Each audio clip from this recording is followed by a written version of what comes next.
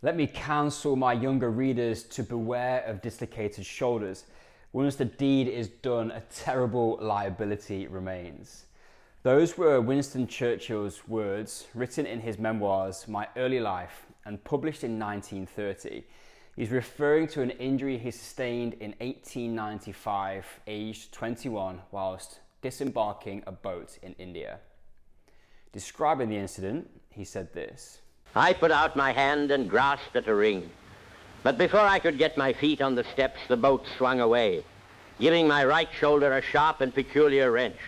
Although my shoulder did not actually go out, I had sustained an injury which was to last me my life, which was to cripple me at polo, to prevent me from ever playing tennis, and to be a grave embarrassment in moments of peril, violence, and effort.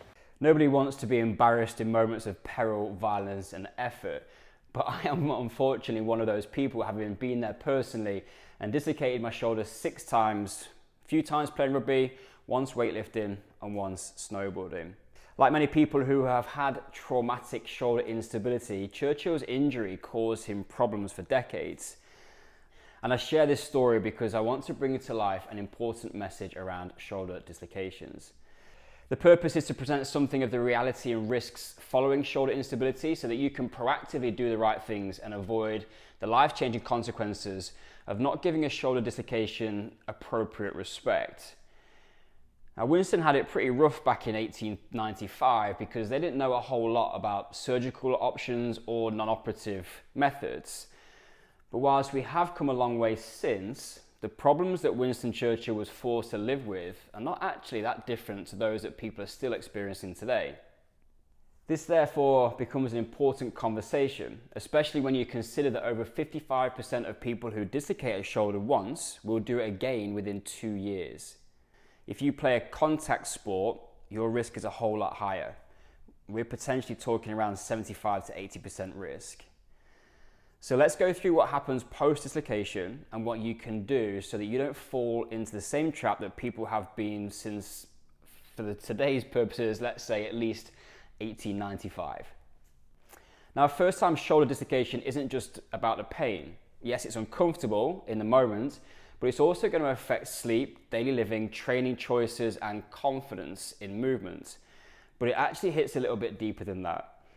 Even though this is from an older study, a paper by Gartzman in 1998 showed that shoulder instability reduces quality of life to a level comparable with hypertension, a heart attack, diabetes, or clinical depression. It's not just a shoulder dislocation because the impact is far-reaching, and for active and athletic people, this actually lands at an identity level. I can very vividly remember that moment when another shoulder dislocation had forced me to face the reality that I couldn't be a rugby player anymore. I'd played the game for over 20 years and that transition is not easy. I was through and through a rugby player and all of a sudden I wasn't.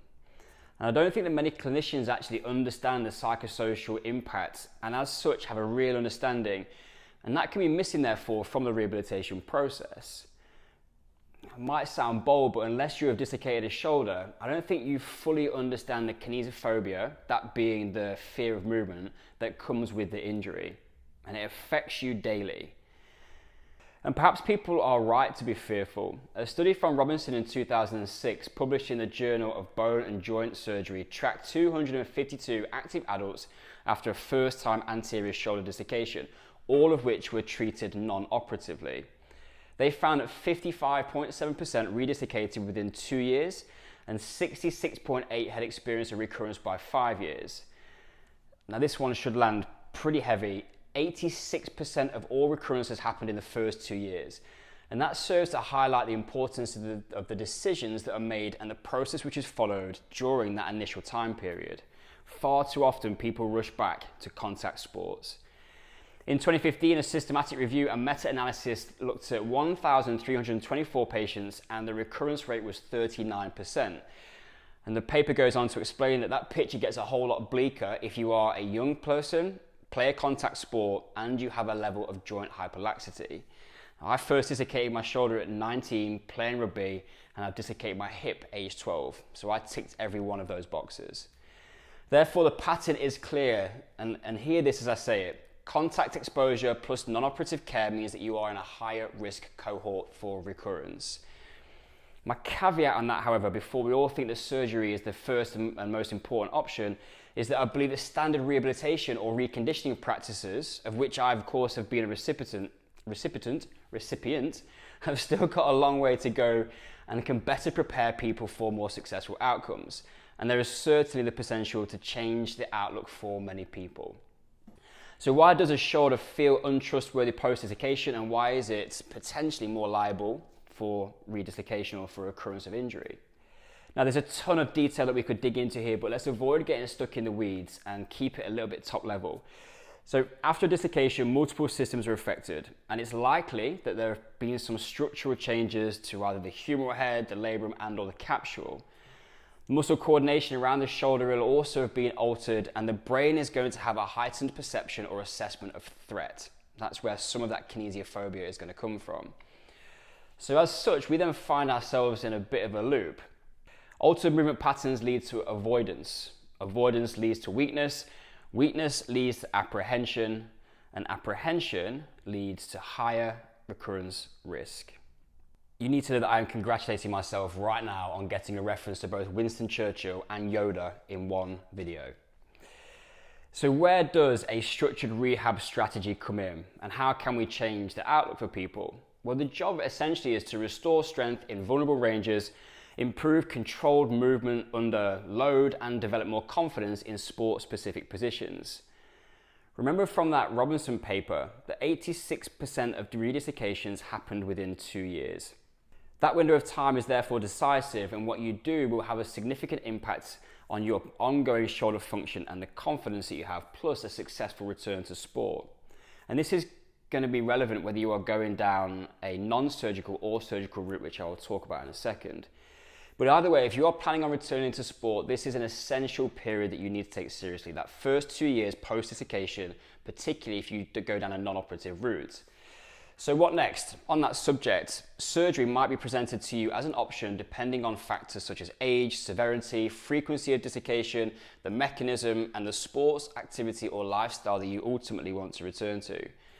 The other option is to consider a non-operative rehab, which is also very valid.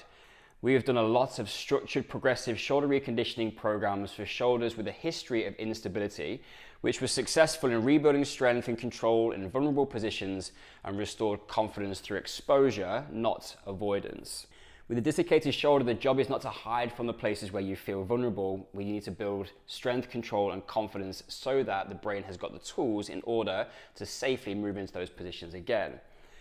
And therefore, progressive reconditioning addresses both the mechanical and the psychological components, improving both function and confidence.